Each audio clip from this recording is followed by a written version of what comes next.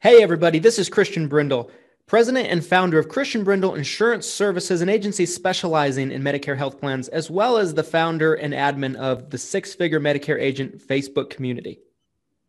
And I am Glenn Shelton, founder and president of Lead Heroes, where we specialize in final expense and Medicare insurance leads.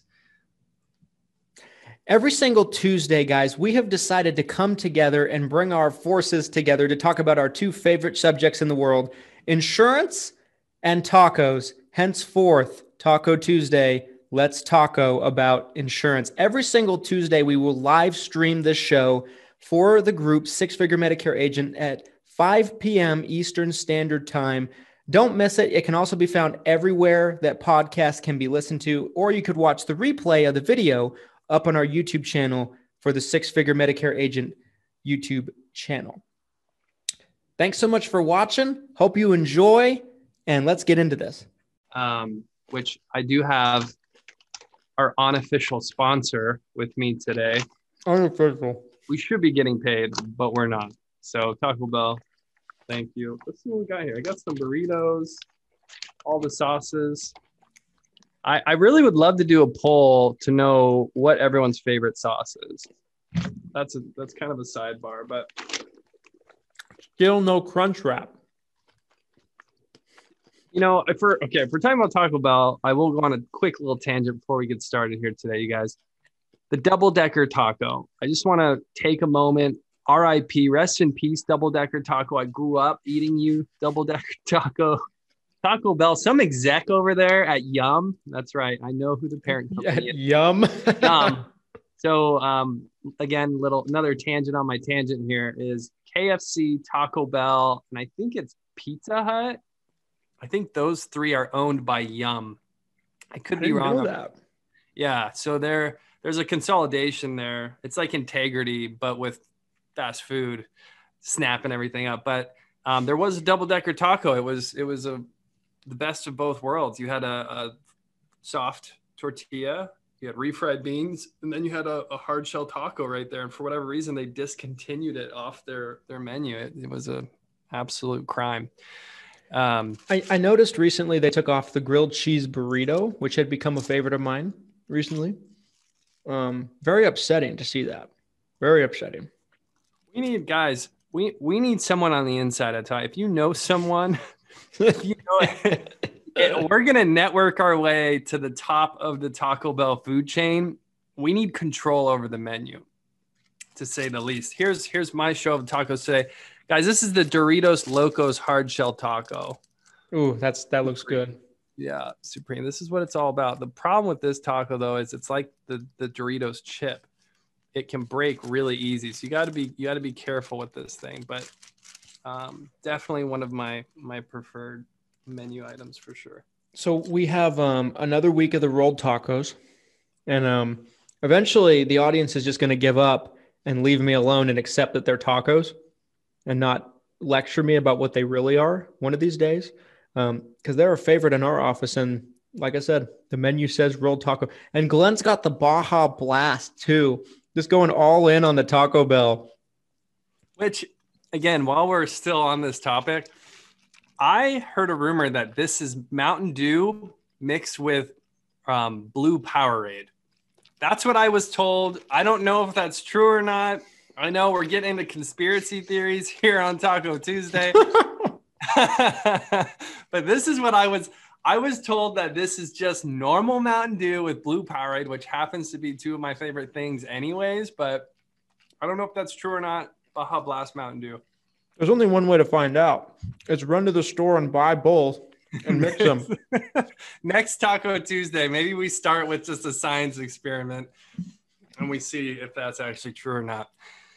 All right, cool. Well, with that being said, you guys, I do want to jump into today's main topic of Taco Tuesday. And if you guys were watching before, maybe you were listening on our podcast, Christian took the time and kind of did an hour deep dive on me and my background and my story and how I got into the industry and why I started Lead Heroes. So if you want to hear more about that, you can definitely look for that episode. But today we're going the opposite direction. I want to do a deep dive here with Christian Brindle. I want to know really all the details, start to finish. We know where he's at now.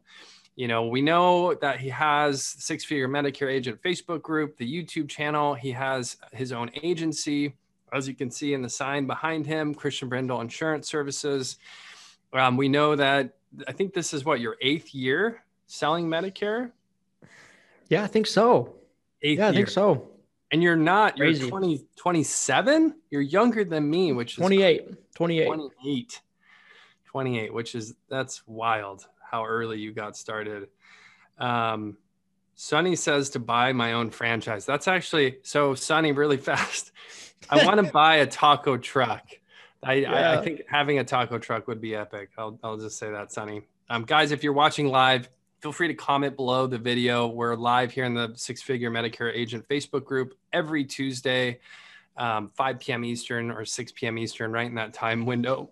You can catch us live here. You can comment on the video, and we'll usually mention you here, right here in the show. We'll be watching the comments while we're doing our live stream. So, you know, the taco truck was actually, you know, supposed to be a thing. You know, we're supposed to drive around the country to different cities making Taco Tuesday episodes.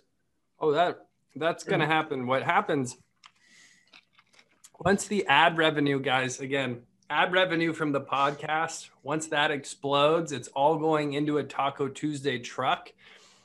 You know, and if it doesn't explode, maybe we'll just buy like an old ice cream truck and renovate it, right? To just drive this thing around doing Taco Tuesdays. All right.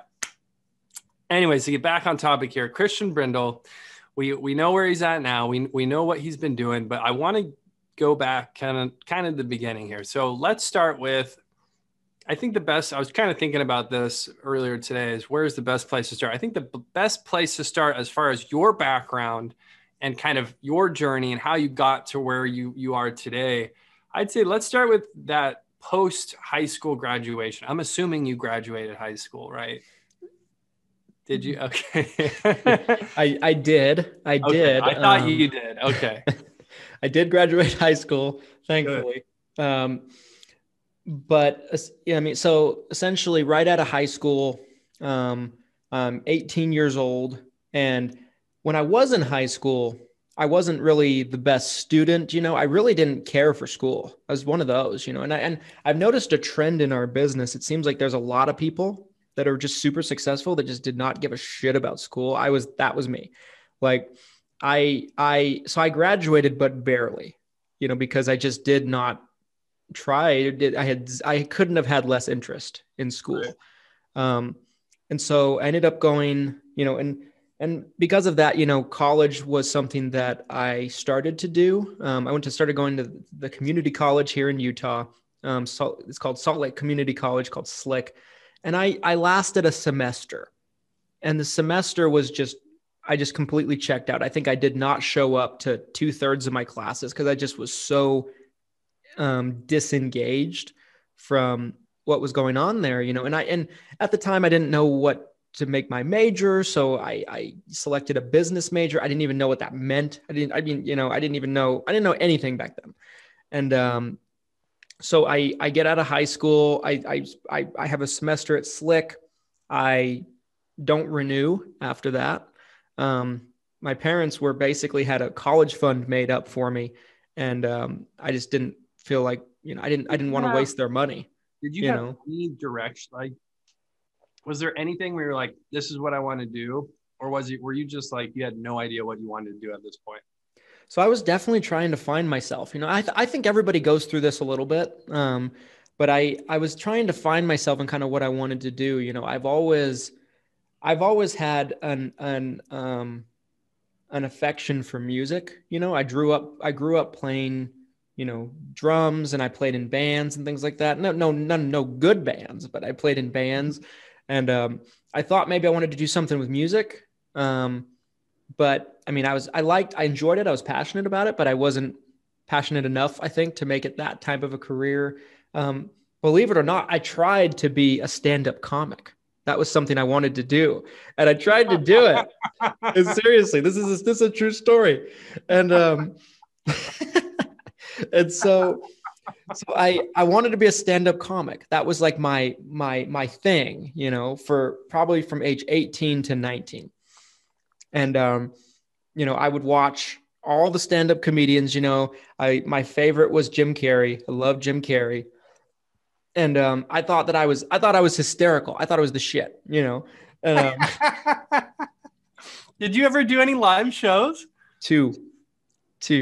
I did 2 open mics downtown. How did these open mics go? So the first one I did. Is there video? Hang on. Is there video? No, there's no video. Oh. Thank God there's no video at that. But the first one, I go, and I think, when I was that age, when I was 18, I looked like I was like 15. I looked just a lot younger. The insurance business hadn't aged me terribly yet. And still had hair. I still had hair, I had all that, and I had everything. And so I think the audience felt bad for me. And so I think I got some pity laughs, like some pity chuckles here and there. But the second show I did, and the first show was probably the worst thing that they could have done for me, because I didn't need pity laughs. I needed to know that you're not about this life, kind of thing. And the second show definitely showed me that I wasn't cut out for it. And sorry, I got to plug in my laptop. It's gonna die. But the second show I did. Oh, go ahead. Yeah, while you're plugging that in, yes, we are, Rebecca. We are a little earlier today, so apologies to any regular listeners or watchers here of us live. We are going an hour earlier today. Just some scheduling conflicts, but my fault. So at that age, I was convinced I was going to become a lawyer. So, I totally understand that, like what you're saying, like this direction of like, you think you're going to go this way, but you're not sure. But man, Stan, I would pay so much money to have a video of you on an open mic. I really would. I also feel like I should challenge you. I feel like we need to have an open mic competition, stand-off. A Taco Tuesday open mic competition. I love it. All right. So the second show, I go to the second show, and I was kind of high off my first show that I did, which I don't think I was that good reflecting back. But nobody booed me, and I kind of took that as a win. I went back the second time, and it was a different crowd. It was a drunker crowd, a meaner crowd, and they just tore me to shreds. They booed me off the stage. It was bad. And I remember, 18-year-old Christian, I was kind of demoralized. It was almost like finding out that I was living in the Matrix. Because that at the time, that was what I thought I wanted to do, and I just basically dropped it from there. I couldn't get back up to do anything else after that. I just lost all my confidence in it. And then at age 19, I started working. Actually, I think it was still 18. I started working at an assisted living facility, where my grandma was living at the time, and I instantly got really plugged in with the community. I did all kinds of stuff there. I worked in the kitchen. I was a server, washed dishes. I helped cook in the kitchen. I ended up doing night security on and off. I don't know what they thought I would do if there was a break-in, but I was doing all kinds of different things there. And I think what that really did for me in my career is I spent about a year and a half or so working there. And I got to essentially interact with seniors and older people that all the time, all day, every day. And I think it helped me a lot, to kind of go into Medicare, because one thing I struggled with early on working there is, how to relate to them and everything like that. And it really did a lot for me. And I did really well when I was working there. I got promoted to like assistant manager. I really enjoyed the job. While I was there, I had a friend that was working there with me. He's this little breakdancing Asian kid named Pichai. And Pichai was in a multi-level marketing company. He was in a network, an MLM. And at the time, I was studying to get my insurance license. I was studying. My dad wanted me to get it. He wanted me to come work with him. I still at this point didn't feel like I had much direction, but I figured, I'll do this. I don't really know what else I'm going to do with my life. And so,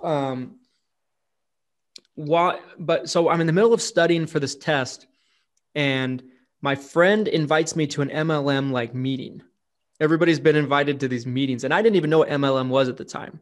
I was like 19, and I got super into it, and I just completely dumped studying for my insurance test. Just stopped cold turkey, and I got in this MLM for like a year.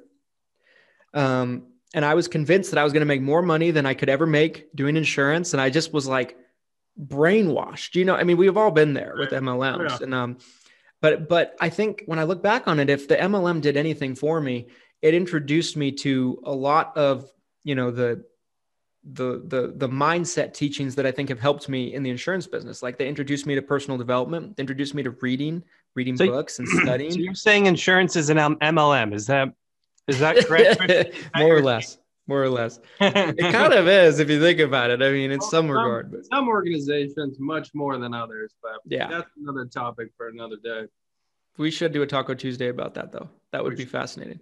But I spent a year in this MLM, and it was an MLM called Vima. We sold healthy energy drinks. I know that's an oxymoron, but that's what we did. So familiar. It actually, a few years after I got out of it, the government came in and shut them down for being a pyramid scheme.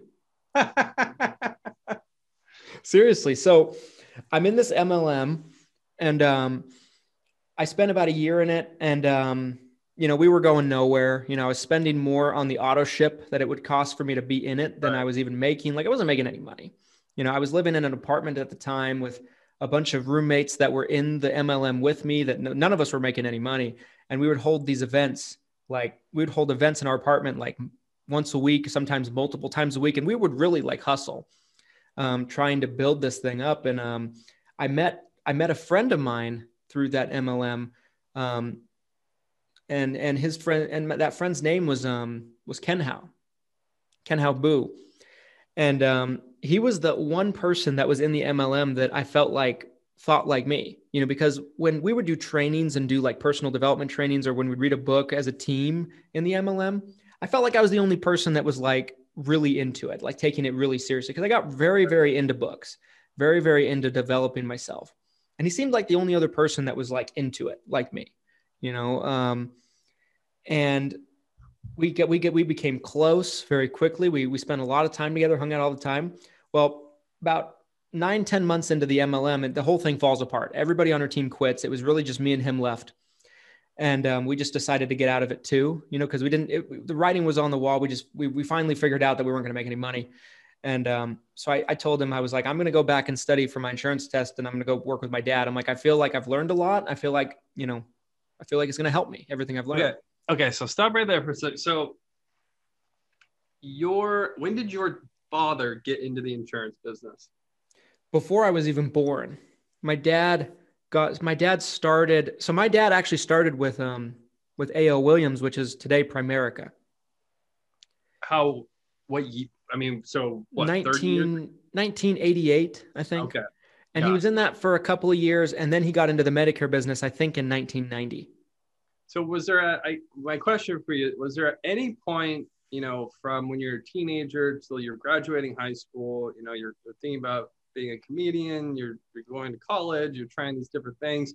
Was there any point in those years where you saw what your dad was doing and you're like, oh, I'm going to do that, or that looks kind of interesting, or that maybe, he's making a good living, I could do insurance? Or maybe you even worked in the office, maybe part-time at any point during your high school, post-high school years?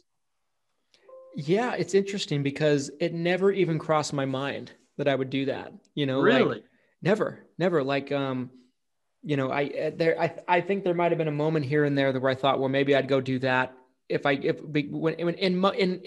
moments where I couldn't figure out what else I wanted to do. I kind of, my youth was about trying to figure out what I want my life to look like and what my life to be about. I always kind of felt like I was meant to do something special with my life. I always felt like that. And, as I got older, I started to think, well, maybe I'm not special at all. Maybe I'm just an entitled little shit. I started thinking that. and that's just kind of life, kind of like kicking your ass a little bit. But, yeah. Sure. and it was weird because, we always grew up in really nice neighborhoods. Like the house that I grew up in sold about 6 months ago for like $800,000, $900,000. Like it was a big house. Like we went to private schools, lived in a nice neighborhood. Like we had a very comfortable living because my dad was successful. My dad did very well as an agent. But for some reason, I just never put it together. I just it didn't interest me for some reason. And I don't think I fully understood what he did or how it worked. Yep. He didn't really talk about it much. We would hear bits and pieces and things like that. And my dad was a huge producer for Blue Cross Blue Shield of Utah. So we had Blue Cross Blue Shield of Utah stuff all over our house. Like all the pens I'd bring to school were Blue Cross Blue Shield pens. And people would be like, why do you have those? I'm like, I don't know. But it just never connected with me for some reason at that point in time. Yeah. I mean, I didn't have any family in the insurance world at all. So like this insurance was never on my radar. My dad was a salesman for years. So sales was kind of on my radar. I kind of figured I might get into some type of sales, but that's interesting. I thought, and so you never even had like, your dad was like, hey, I need help with paperwork. Like, if you help me this weekend, I'll pay you. Like, there was nothing like that? Not like that. I mean, there would be things like, we need this cleaned or something like that, We need a janitor, Christian. We don't want you to touch anything don't answer the phone. Don't file paperwork. Just mop the floor. That was the extent of like, when I needed some extra cash, I would do chores and stuff like that. I would never do anything like more serious than that. And so I didn't understand at all the way my dad made money or anything like that. I knew we were comfortable. I wasn't oblivious to that. Okay. So you're, again, we kind of understand school, comedian, MLM, and now you're at this point where you're like, okay, I think I actually do want to start selling insurance. I want to look at getting my license. Did you call your dad first when you were like, hey, I think I want to do this? Or was it like you just decided to do it yourself? What was that moment like, or that experience? It's funny you asked that because I vividly remember where I was and what happened and everything like that. I was living in my crappy apartment and I was making $9.50 an hour at my job at the time, making no money in the freaking MLM, paying a lot of money every month to be in the MLM. and roommates were bad. Roommates, kind of stranded me with this apartment. Right. And I was just in a tough spot, and I kind of felt like, I feel like, I have a renewed understanding of kind of what I want to do with my life. And I felt rejuvenated from the whole experience because I felt like, from what I had learned from being in the MLM, I was like, I want to do something with sales. I want to do something where I can make as much money as I determine how much money I can make. I don't want to make money per hour. I'd figured all that out. Right. And then I finally realized I was like, it's right in front of me what I can do and what, I have a segue into this. So I was in my crappy apartment in my room. The light bulb had just gone out, so it was dark. And I pick up I remember getting my cell phone. I called my dad. And my dad was, just to put it in perspective, my dad was not happy that I went into this MLM. He wasn't happy about it. He thought it was dumb. He thought it was a scam. He was very negative about it. By the way, I think it's worth mentioning too, to anyone who listens or watches this, Christian lives in like the capital of MLMs. More MLMs come out of Utah. And I say this because my wife's actually like really into some of these scam podcasts or talk about like the dark side of some of these MLMs are better than others. Some of them have legitimate products. I mean, there's some really great companies that are structured as MLMs, but there's also a dark side where they're horrible products, non-existent products. It's just a total scam. So I'm sure, I can't imagine, I bet you've been pitched in Utah. You've probably been pitched 100 times different MLMs over the years. Every MLM you could think of, I've been pitched, and maybe a bunch you've never heard of. It works. There's one. I've been pitched that one. Not me directly, my wife. Life Vantage? Yep. Their headquarters, funny thing about Life Vantage, they used to share the same headquarter building as Humana. Melaleuca? Mm-hmm. Kayani? Yes. Yes. All right. That concludes our MLM segment of the show. I know people personally to this day in every single one of those that you mentioned that live here in Utah. I mean, the list goes on, and I guarantee I could think of more. Quick tangent while we're on the subject. Yeah. I've said tangent, I think 20 times this episode already, but there was this one insurance appointment specifically that I remember where I sat down, I got my materials out, I presented.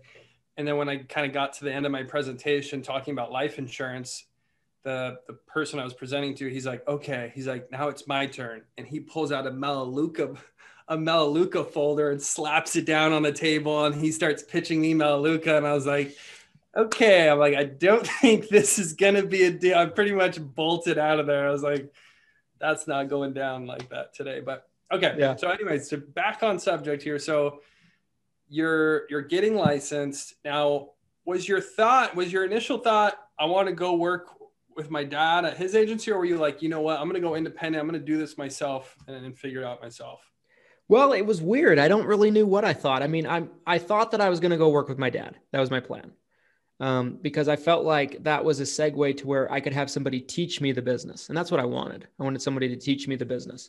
So I call up my dad and I told him that I wanted to, I told him I was ready to walk away from the MLM and I wanted to get my license.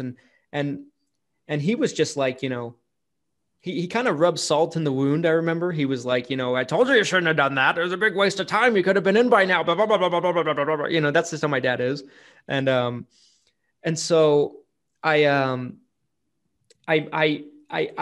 remember the next phone call I make, I hang up with my dad, we make a plan to get together and talk about this and talk about what the steps would be for me to get licensed.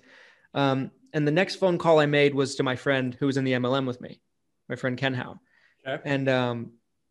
And on the other end of the phone, I tell him what I'm doing. I tell him I'm walking away from the MLM, and we both kind of decided we weren't going to continue. And he's like, can I come do that with you? And I'm like, well, I don't know. I don't know. It's not up to me, I don't think. And so I hang up the phone with him. I pick up the phone, call my dad, and I say, I'm like, my friend wants to come come do this with me. I'm like, I think he'd be really good at it. I'm like, cause he's just a very naturally talented people person. Some people, they just have something about them. Yep. He had that. And he was the only other person. Me and him were basically doing all the work to build the MLM in the first place. So I had a big trust with him. So my dad told us to come to the office one day and sit down and talk about it with him. And we started studying for our license, and then we got our licenses and we started working together here in the office.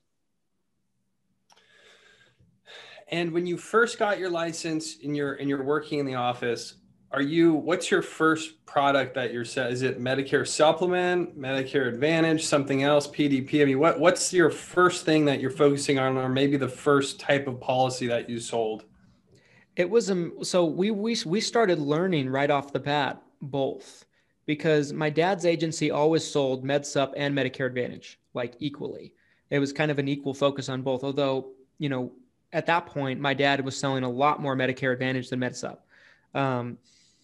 Because I think just that's how he kind of felt like the industry was trending, right or wrong. That's how he felt. The first product that I ever sold. So back up before I even made the sale, I come in and, so we're doing these trainings, and we did trainings on MedSup and Medicare Advantage. We had carrier reps come to the office and sit down with us. And so we had access to a lot of people that we might've not had access to as new agents. I thought that was really big in terms of us learning. Yeah. But I'll never forget, because when I first started in the industry, I've talked about this a couple of times on here, but I started out cold calling because that's what I was taught to do. That's how my dad built his business. And so I think it was like our second or third day. I don't even remember, but it was very early on. The first couple of days we did a little bit of training. Then it was the second or third day. We come in, my dad sits down with us with an old list. And this list must have been ancient. Like 1990. It was one of his maybe not that ancient, but it was ancient. It was probably at least 5 years old, this list. So he sits down with us and he's like, here's a script. Here's a list. It does this really brief thing. Right. Here's the phone. Have fun. And we were like looking at each other. We're like, huh? We're like, we didn't know what to do. And so we're like, wait a minute. Aren't you going to do a demonstration? Can't you just do, one phone call with us? And he's like, all right, kind of grumpily comes over. He sits down, he grabs a list. He goes, and he goes on the first name, makes a phone call. First person he calls, I swear to God, he gets on this phone call with this lady and she has a Medicare Advantage plan. It's outside of AEP. It's the summer. She can't make any changes. So he starts pitching her hospital indemnity plan and he's just like doing really good. And he's just, naturally just kind of vibing with her. And we were just both sitting there like in awe watching him. Right. We're like, we were both young. I think he might've been 19. I might've been 20. I don't know, but around that age range. And he comes this close to getting an appointment. And like, it's a 10-minute phone call. She finally hangs up on him. And he's like, so there you go. That's what you do. Have fun. And so we get on the phones and we start cold calling and we're terrible. We're horrible at it because we've never done anything like that before. And so what we were doing early on was we were cold calling people 90 days out before they turn 65, before the month they turn 65, trying to book appointments to go to their homes.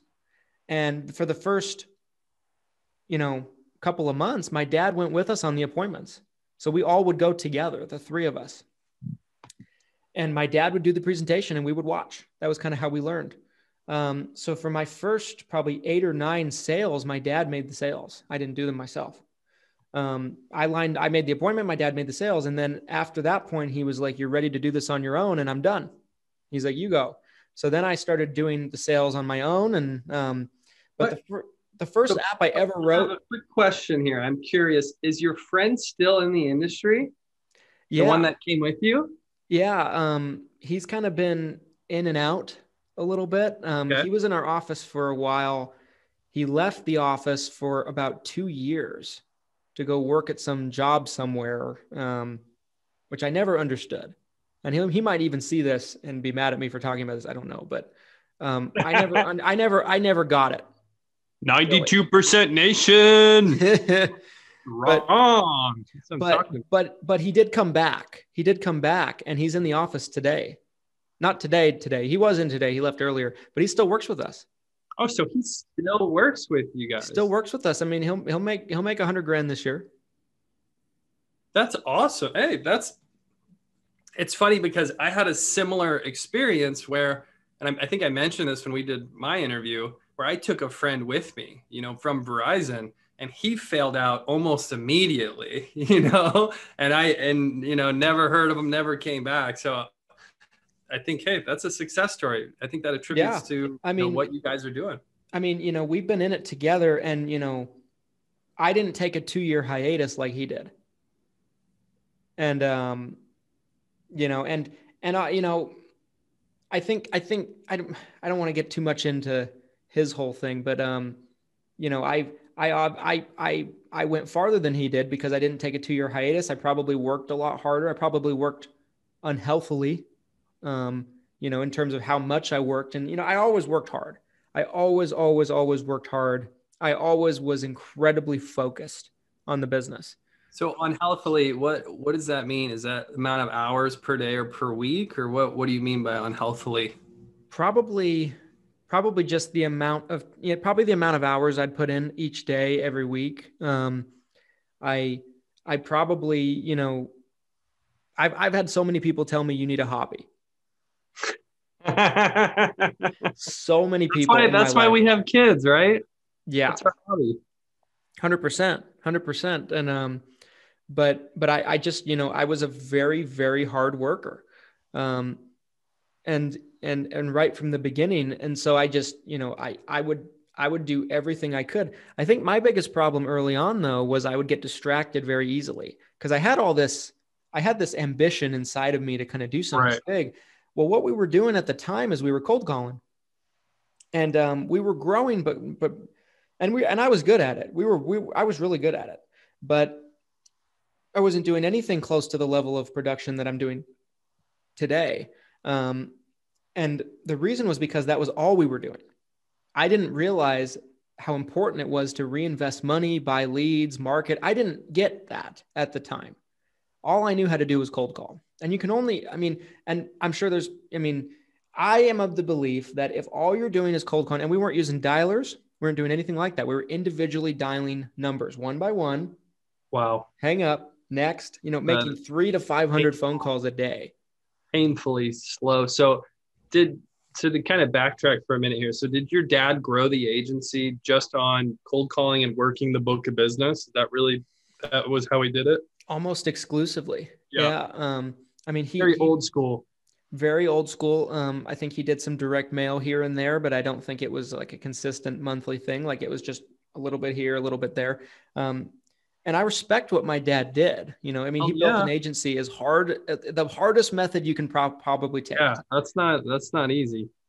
And my dad was a hustler. My dad worked his tail off when I was growing up. And so I took that same approach early on because that's what he taught me. That's what he knew. And I did really well with it. I basically went from 0 to 6 figures as an agent, really cold calling and doing very little else. 3 years? About 3 years. Yeah. 3 years. Yeah. About 3 years. But yeah, it kind of got to the point where, I had all this ambition and this desire to do more that like, I felt I didn't know that, and this was naive of me. I was probably 22 at the time, 23. I didn't realize that, there were other things I could do within my business to grow my business. So I started getting distracted and going off and doing other things. Like I remember for like outside insurance, other things completely separate from insurance. Like there was in 2015, I got in another MLM. Big mistake. Oh no. MLM part 2. This was one called Zango here in Utah. Is that fruit juice? Mm-hmm. Yeah. Like mangosteen juice is what they call it. I lived in Arizona. And so what happens is the MLMs just funnel down. Yeah. So your Utah just pees all of its MLMs down onto Arizona. And I was getting all these secondhand. It's very similar. So yeah, I've heard of this one. Yeah. I think the first one I was in, the Vima factory, their headquarters was in Arizona. I think it, but this one, I got into this one and I had this weird idea that I always wanted to do something with MLM at this point in my life. I don't know why I thought that. When looking back on it, it was a tragedy and it was just a mistake. I spent about 5 months in this one and it just took away from my business. Right. Yeah. That's all it did. It didn't do anything positive. Money suck, energy suck, all of it's a vacuum, just sucking it straight out. So at this point, you're not even thinking about insurance. You're kind of putting it on the back burner and you're focused more on this MLM strategy now. Well, no, not really. I was showing up every day. I was making my cold calls every day. I was still working with insurance. I was still building it, but I was taking more and more time away from it to go do this MLM stuff. Like I went to a convention in Vegas and all this stuff, just time wasting shit. Right. So what was the point where this one was like, okay, this is over. I don't know why I'm doing this. Like what happened there? I went to an event at this lady's house. She still lives there. I think I drive by it sometimes. It's like 10 minutes away from our office here in Sandy. And, she was one of the first like 5 people to get into the MLM. So she was making like over $1 million a year and she would host events at her house, like all the time. And so I used to go to these events. Well, I go to this event and, she's like, we're doing this, she's like, we're doing this big get together this day in a couple of days. And I told her, I'm like, well, I have an appointment that day for insurance. I can't do that. And she was like, I think you need to get your priorities straight. Ooh. And she was like, she was meaning that I should like cancel the appointment or reschedule it. Like, right. Because my priority should be in the MLM. Right. And focus on what doesn't make you money and stop focusing on the thing that makes you money. Right. Right. And they would constantly pressure me because like my system with cold calling was on Mondays and Tuesdays, I would call all day and I would call up until like 8:00 at night. They would want me to cut out early to come to their get-togethers and their meetings and things like that. And it just kind of dawned on me. And I was like, this is dumb. I'm just being very foolish. And I walked away from it at that point. But there were just, it took me a couple of times. That was my last MLM experience. But I would find myself trying to do like side gigs or side hustles and things like that. Just stupid shit. I tried to be an Uber driver for a little while, like just all kinds of weird stuff. I don't know why I would even think about that, but I did. It's just immaturity on my part. I was so young when I came into the business. I think it takes a certain amount of self-awareness though to realize that, and it's almost hard. Like I get what you're saying. Like, it's almost hard to put into words. And I've had so many of those same experiences where you think something is going to be beneficial, and then it ends up just, you start driving backwards essentially. You initially look at something and you're like, okay, this is going to help me grow all over the place, but then you end up just kind of going backwards. So, in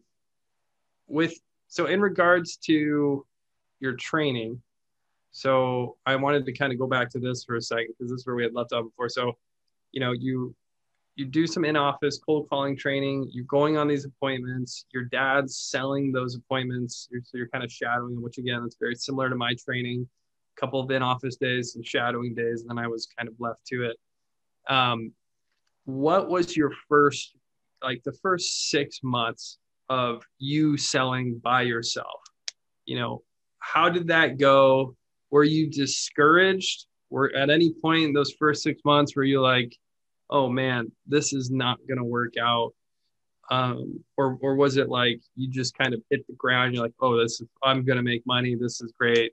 I'm going to be doing this for a while. Yeah. I mean, first 6 months were an adventure.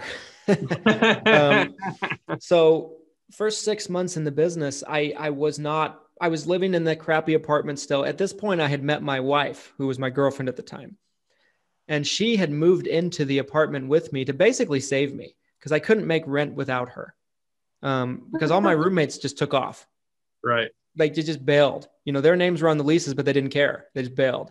Right. And so I was stuck in this I think it was 3-bedroom apartment, and I was making no money, And so she moved in. She was working a full-time job at a call center 40 hours a week, and she saved me.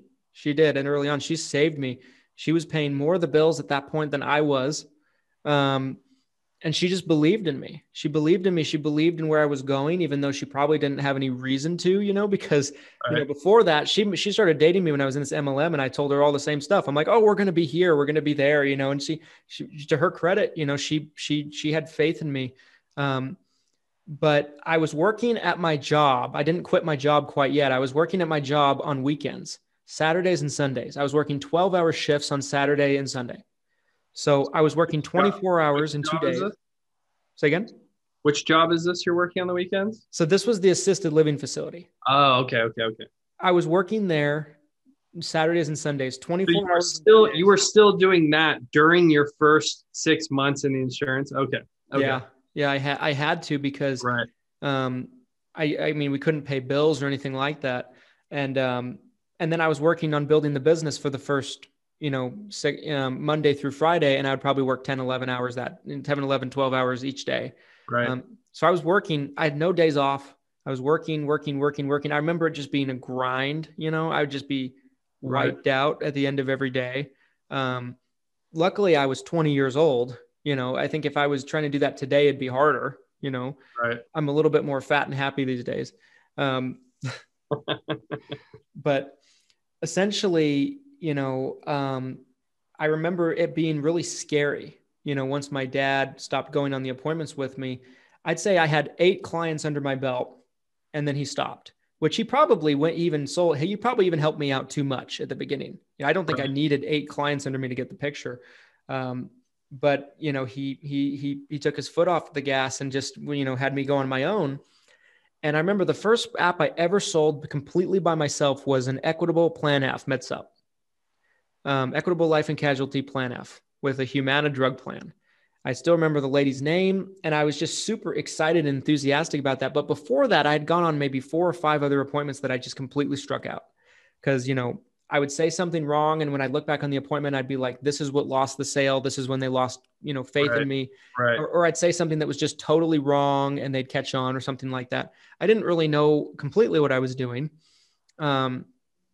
And so the first 6 months, I was just trying to build up my client base enough to where, I could completely quit my job. I probably could have quit my job 4 months in, but I was afraid to. That security blanket was nice. I was still making $500 a month, probably part-time working there. I was working 24 hours a week in 2 days, $600 a month. I don't know exactly what I was making, but it was a security blanket. So I kept it all the way to probably the end of about 6 months.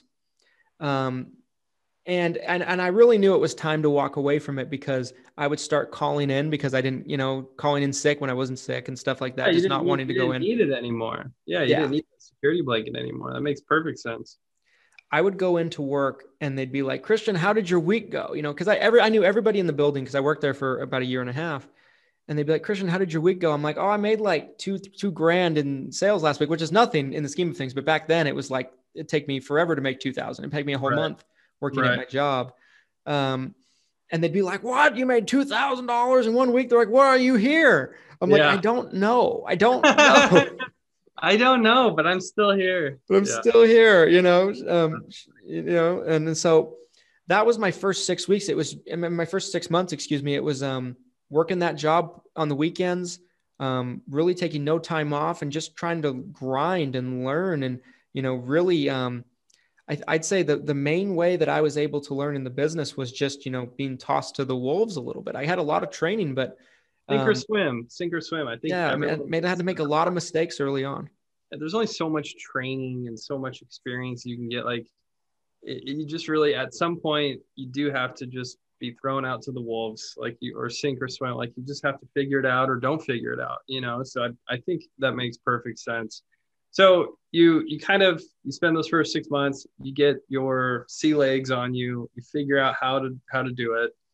And then you kind of got dragged away down the road. So what you said around year 3 is when you got back into this other MLM and you were thinking, maybe I can make a bunch of money on the side doing this. And then you get back. So when you come back into insurance at this point, what was your mind's like? Did you come back into insurance thinking, okay, like, I know that if I just spend enough time or energy, like if I took all this focus that I had on the side hustle and just really made a career out of insurance, was that kind of your thought when you came back to it? Like, I'm going to just put all of my energy into insurance now? Well, I mean, it's hard for me to really say I came back to it because I didn't ever really walk away from it.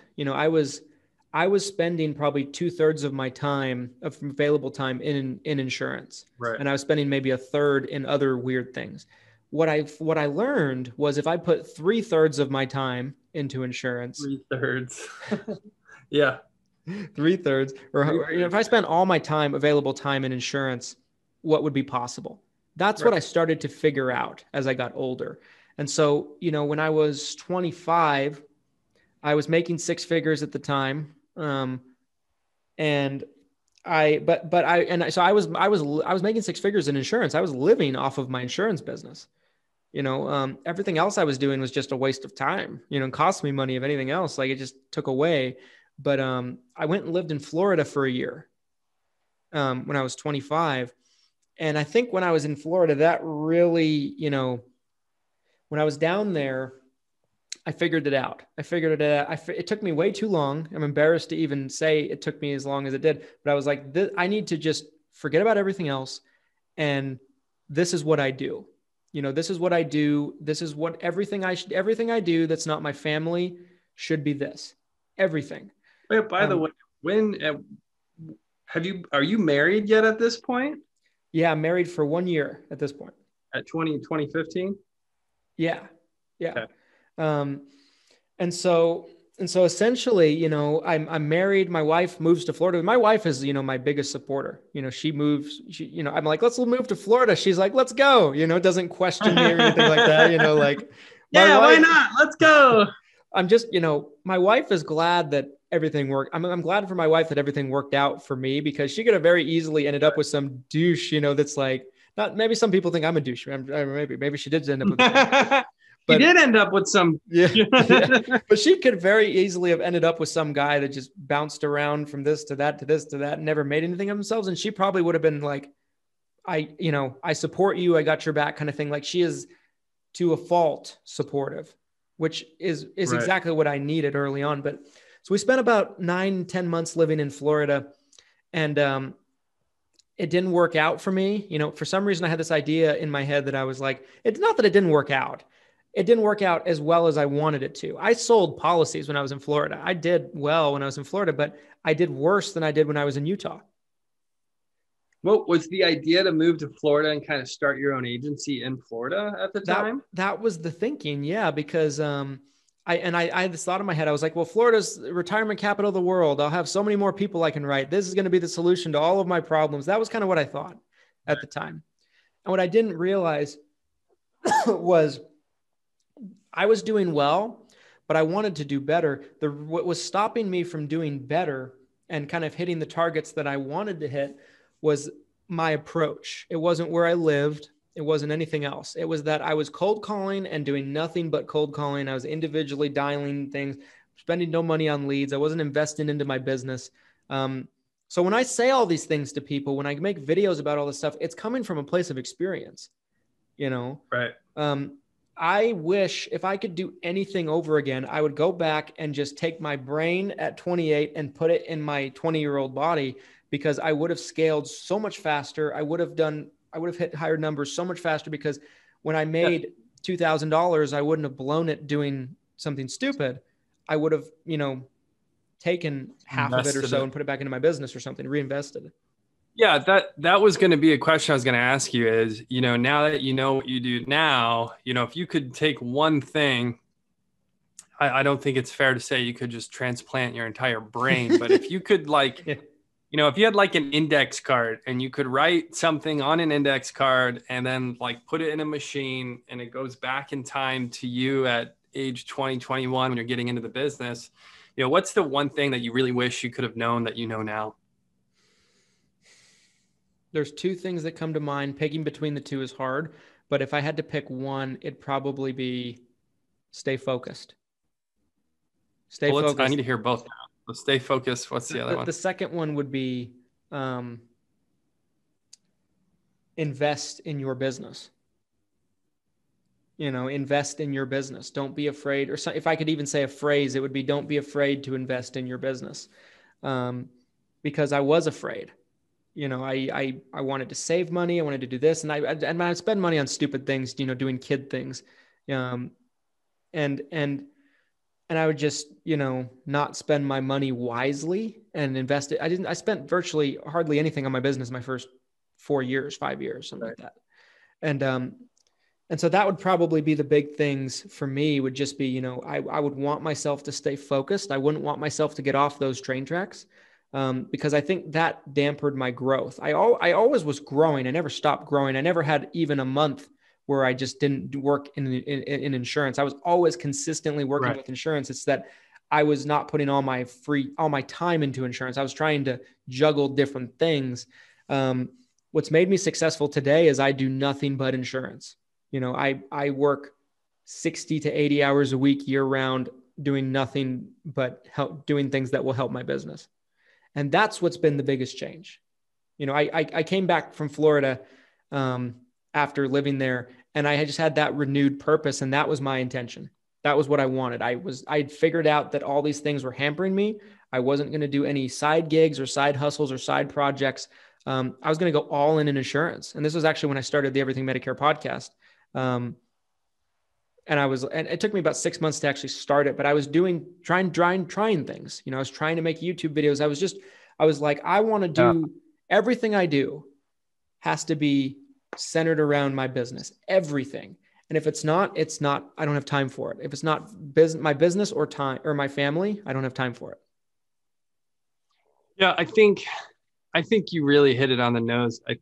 Obviously if you're not focused on it, you can't really do anything if you're not focused, whatever it is you're trying to do. If you can't focus on it, then you're really not going to be successful. But I think the bigger thing that you hit on with agents is treating it like a business. That's something that I came from a sales job and came into this and treated it as a sales job.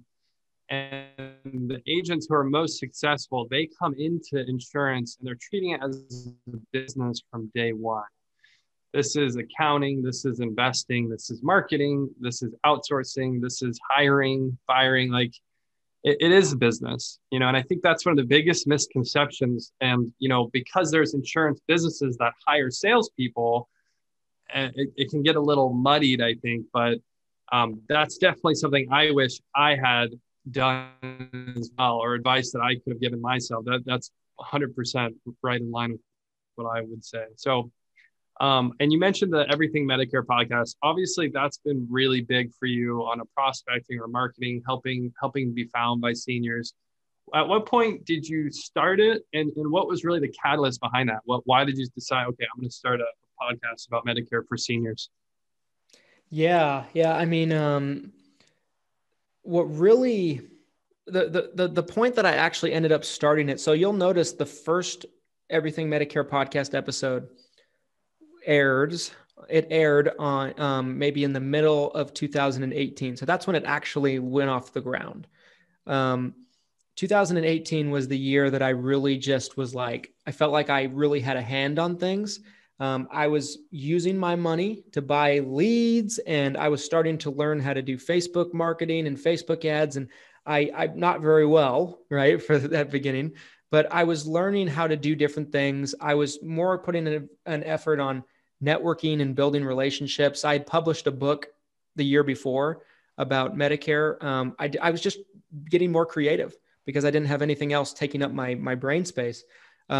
Right. You know, I printed off 25 copies of that book, and I mailed them to 25 different financial planners around my area to try to build relationships with people. Today, you know, I have a huge amount of, you know, P&C guys, financial planners that send me business every year. You know, I probably will write 80 to 100 policies a year just from referrals at this point in my business. So I started doing a lot more of things like that. I was trying to find I was real obsessed at that point in my business to determine that, okay, I don't want to cold call anymore. I was sick of it. And I want to find multiple ways of getting business, multiple streams of getting business. And so I figured the podcast, I thought that, you know, there were a couple of other people doing it. But I didn't think anyone was doing it the way I wanted to do it. Right. And I'm a big Grant Cardone guy. A lot of people know that. It was a video that he made where, you know, he's like, you want to be on in doing everything you can, even if other people don't think it's going to work, you know, you want to be everywhere. You want to be omnipresent. And that was the first time omnipresent. Yeah. And when I look back on it now, what he was really talking about is marketing. You know, you want to be marketing everywhere. You want to be retargeting people. That's what he was talking about. But I took it that as, if I can dominate the podcast space and be the Medicare podcast, that will help me be in front of people's eyeballs. How many episodes have you recorded now? 232. Whoa, that's a lot, man. There's not a lot of podcasts that make it past 200 episodes, you know? Yeah. And here's a fun fact for you guys. The average podcast only has 7 episodes. So 200, that's crazy. Yeah. So how often do you feel like you're getting, as of today, you start, and so how many years ago did you start the podcast? So I had the idea, but I procrastinated it earlier, but it actually launched and came off the ground maybe in the middle of 2018. Okay. So it'll be 3 years later this year. Yeah. So how often do you feel like, as of today, like how often do you feel like that comes up or people are reaching out because of the podcast? At this point, we probably have had 13 consecutive months where we've had at least one person reach out. That's turned into a client. That's resulted in a sale. I wouldn't count it if someone reached out and we didn't sell something. It's probably hard to really track that too, right? I mean, someone might not mention anything to you, but maybe they listened to 10 or 20 episodes before they even reached out, but they didn't necessarily mention it, or maybe they mentioned it to your assistant or something that, you didn't talk to them about it. But so my staff is very big on, and I've kind of really made this known, I want them to find out where people heard about us because I want to know what's working. Yeah. So when people call us, that's usually the first question we ask, or one of the first questions we ask is, mind if we ask how you heard about us? Right. And so I have a pretty good grip of Okay. what's working and what's not working because of that. Yeah. And Smart. and so, it probably, I didn't have anyone call me from the podcast for the first 6 months of making it, but I kept pumping out episodes, but it was very inconsistent at first. I would do one episode and then 3 weeks later I'd do another one. And then a week later I'd do another one. And then a month later I'd do another one. I was kind of all over the place. But even still, despite my inconsistency, I started noticing that we were getting listens. Right. Like we were getting like 40, 50, downloads at a time, on one episode. I was like somebody's listening. I'm like, what? Like what? And so once I saw that, I started to be more consistent about it. It got to the point where for about a year straight, we were doing 3 episodes a week, every week for a year straight, no breaks. Because I was committed. I was committed to it. I think about Gary Vee a lot. If I ever get discouraged about, if I'm looking at like web traffic, or, you could go through 100 different, social media followers, phone calls made. There's a million different statistics you can look at, but I always try to focus on, this kind of piece of advice Gary Vee had given out is like, it doesn't matter how many followers you have or, how big your email list is. It's more about the level of engagement that you're getting with the people that do follow you, that you do have, contact information with. So, 40 or 50 downloads, that's significant. It really is. Even if it doesn't seem significant, it's a start, and it's just going to snowball from there. I wouldn't be surprised, by the end of this year, especially if you continue to do episodes for the Everything Medicare podcast, I wouldn't be surprised if it 40 or 50 was what it was after 6 months. Now, what's it at now? 500 to 1,000, 500 minimum. Now it's as many as 1,000 every episode. You 10 to 20 times grown from the first 6 months to where it's exponential growth. When you get to that sort of, I've mentioned before, like I'll listen to Joe Rogan, and Joe Rogan is pretty open about like his stats, and that's kind of the same thing. Like, it's just the more episodes you have, all of those previous episodes are still being listened to. More and more people are finding you because of these new episodes. You have this huge library of content, and it really just exponential growth from this. So I think that is awesome. Yeah. So one of the final questions you had asked me that I want to ask the same question to you. So I feel I have a better understanding of your journey. And I think there's a lot of people, again, kind of myself included, that have similar paths in and out of insurance before they really figure it out.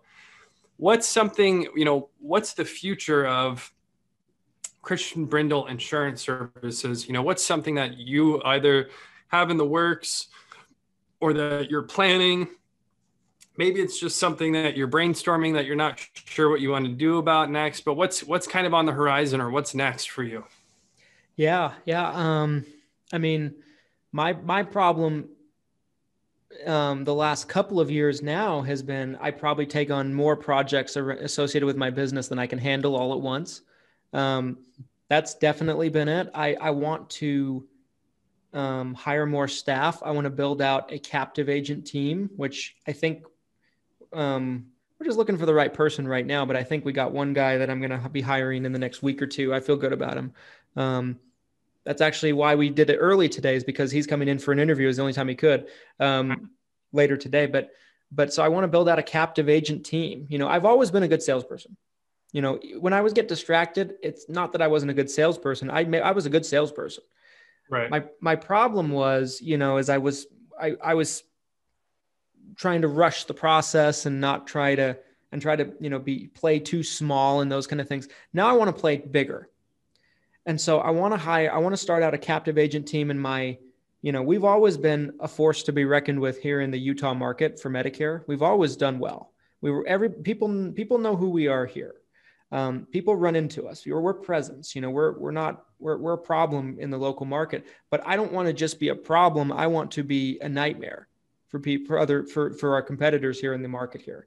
And so I'm looking to bring, to build out our captive agent team here in the office and just terrorize this market. And my intention myself is I'm already in the process of starting to do this, is grow myself out of selling policies myself. I think I've kind of graduated from that. You've told me several times that I'm too far into my career to still be doing it myself. And I agree with you. I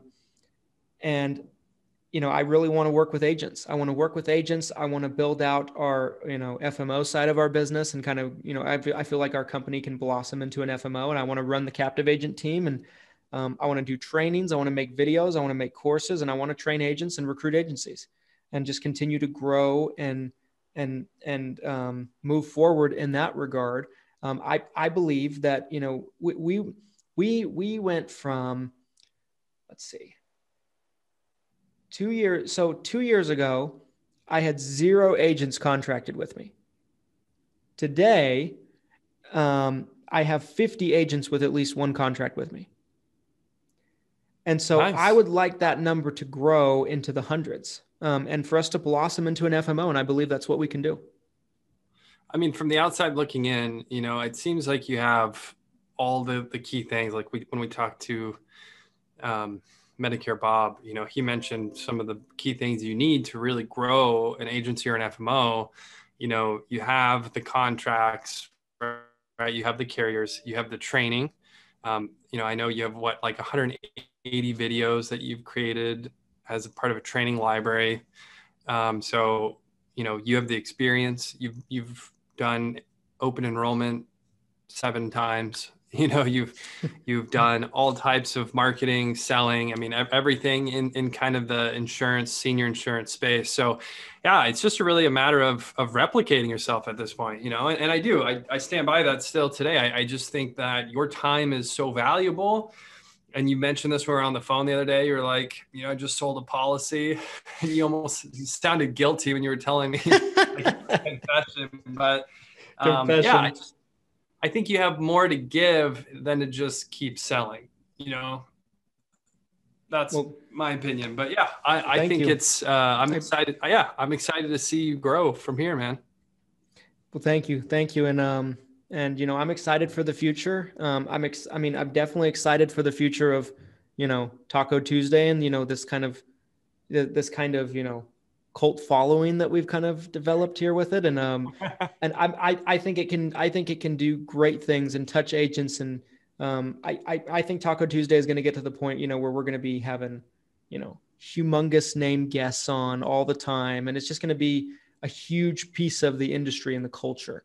So that's definitely a huge part of my focus going forward as well, is just continuing to, grow this Taco Tuesday brand and working with you together on it.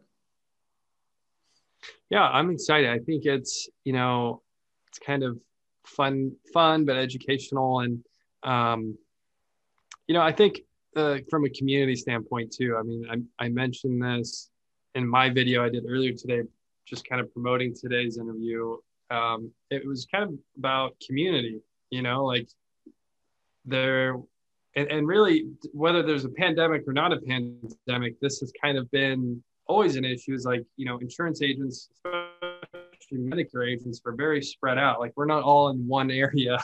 Yeah. So it can be hard for us to all, integrate together or to communicate together. I think it's really cool when we do something like, we have like our happy hours, and to see all these agents from all across the US. I mean, one of the last happy hours I was on, cocktail parties we did, we've got agents in Texas. There was agents from the South, like Georgia, Mississippi, South Carolina, Florida. And, I'm over here in Washington, and you're in Utah. So, yeah, I love the of being able to talk to everybody at once. So I'm excited. I really enjoyed learning more about your background. I am going to create an MLM to pitch you, and I think I can sell on it. That's my next. I'm going to create health and wellness, baby. Health and wellness. there's going to be a taco MLM. Taco MLM. Yes. It's going to be amazing. But yeah, I think I'd be curious if anyone has any other questions for Christian about his background or getting into the industry. I'd love to hear your guys' thoughts. So feel free to comment on this video or on this podcast, no matter where you're watching or listening. But yeah, any final thoughts, Christian, that you wanted to share before we wrap up? Maybe just one. I mean, and Glenn, thank you for doing this. It's kind of cool to be able to kind of get to talk about my background.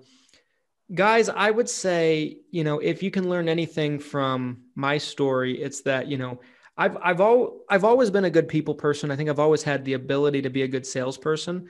And I was a good salesperson without really being 100% invested, even that, it's just, I think about what I could have done if I was 100% locked in from day one, and where I'd be today. But if you can learn anything from that, it's that, if you're new in the business, do not get distracted. I promise you that it is worth it. It's, if you can just buckle down, stay laser focused on what the bottom line is and what you want to do in your business, it's going to pay off and you're going to be glad that you did. It doesn't matter what other things that you're, being pitched or, people want you to be involved in, or, people want you to trade crypto or they want you to do this or that. Just fuck it all, just build your business. Focus on your business. If you're an insurance agent and that's what you have on your Facebook page as a living, like licensed insurance agent at blah, blah, blah, then be a freaking licensed insurance agent at blah, blah, blah. Don't go off and try to be all these other things too. I think you need to take your mic off the stand and drop it after that one. Just drop the mic. Done. But yeah, that's my final thoughts. I mean, Glenn, what any final thoughts that you wanted to share, kind of based on what we've been talking about?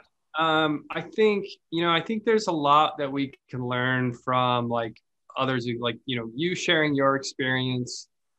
I shared kind of my experience, and there's so many people in the industry that I think are willing to do this, where they're whether it's maybe not in a format like this, but you could call someone up. So if you are listening to this or you're watching this, if you're brand new to the industry. Or maybe you're not even in the industry yet, but you're just kind of, I spent months just kind of exploring content that I could find, which let me tell you, at the time, 10 years ago, there wasn't a whole lot of insurance related content, specifically Medicare or senior insurance stuff out there. So, be a sponge, learn what you can from others like Christian, veterans in the industry at this point who have been through it, who, they can give you advice or they're willing to share their stories and, learn from their mistakes. Right. I wish I had gone independent sooner when I was an agent.